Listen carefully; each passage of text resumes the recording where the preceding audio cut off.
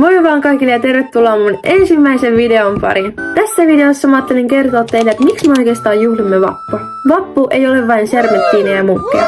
Se on juhla, jossa yhdistyy kaksi yllättävää tarinaa. Ekaksi on työläisten juhla. 1800-luvulla työläiset vaativat parempia työoloja ja siitä syntyi kansainvälinen työväenjuhla.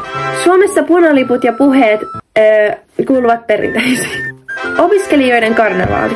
Ylioppilaat tempaisivat mukaan omat perinteensä. Ja siksi vappuna kadut täyttyvät valkolakeista, haalarikansasta ja kuplivasta tunnelmasta. Mut mistä nimi vappu tulee? Keskiajalla juhlittiin Pyhää Valpurgia ja siitä suomalaiset sai sitten vappunimen. Eli tiivistettynä vappu on työläisten taistelua plus opiskelijabileitä.